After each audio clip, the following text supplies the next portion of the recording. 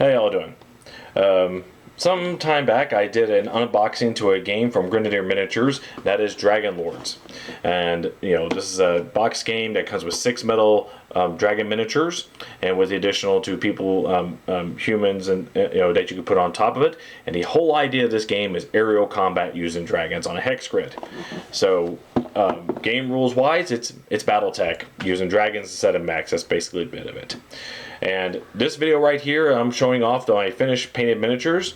There's 7 in all. 6 that came with a box set. The 7th one I had, when I was a teen, and just getting into miniatures. A friend of mine's uncle bought a blister pack that went to this game, and my friend got one. I took the other.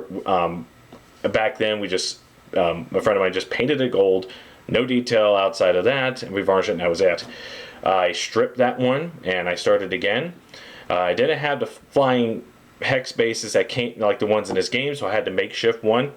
The scale of the hex is a little larger than the one that comes in this game, but since I don't plan on playing it, and if I did, it wouldn't interfere too much, no big deal. I just took a black hex base from Reaper Miniatures, decorated it, and used that for my gold one.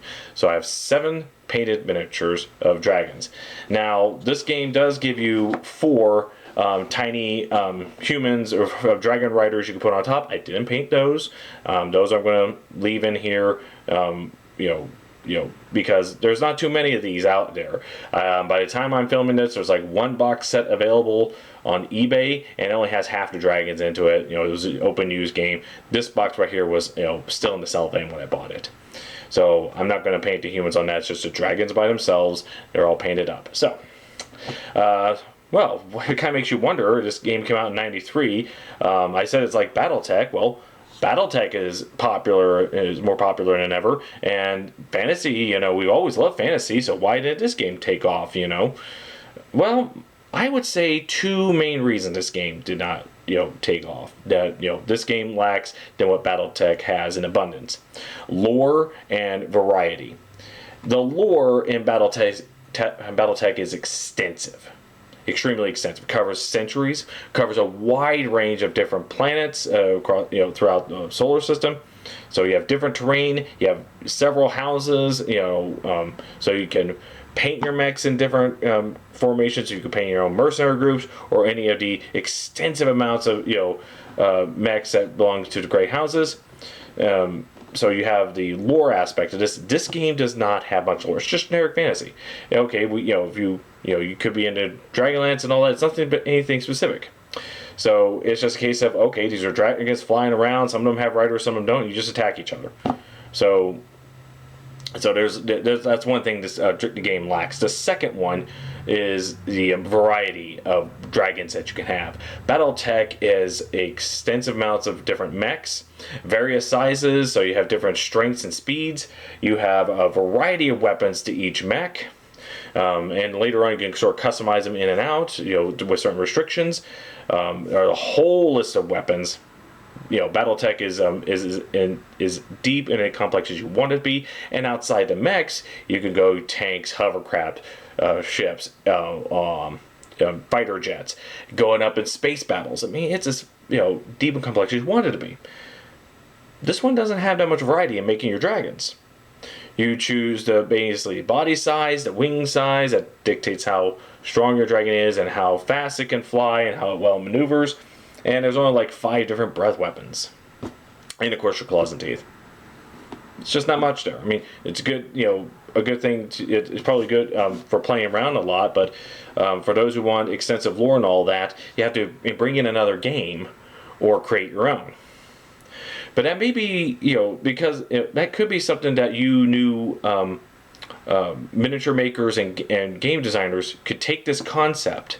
And might I suggest, as I did in the last video, if you take this core concept and extend it, not just to dragons, or like BattleTech, it could be a focus on dragons, but have an aerial combat gaming system that can be played by itself, or can be compatible with other games. You can put in Dungeons & Dragons, Pathfinder, whatever fantasy games you want that involves these type of type of combat in here.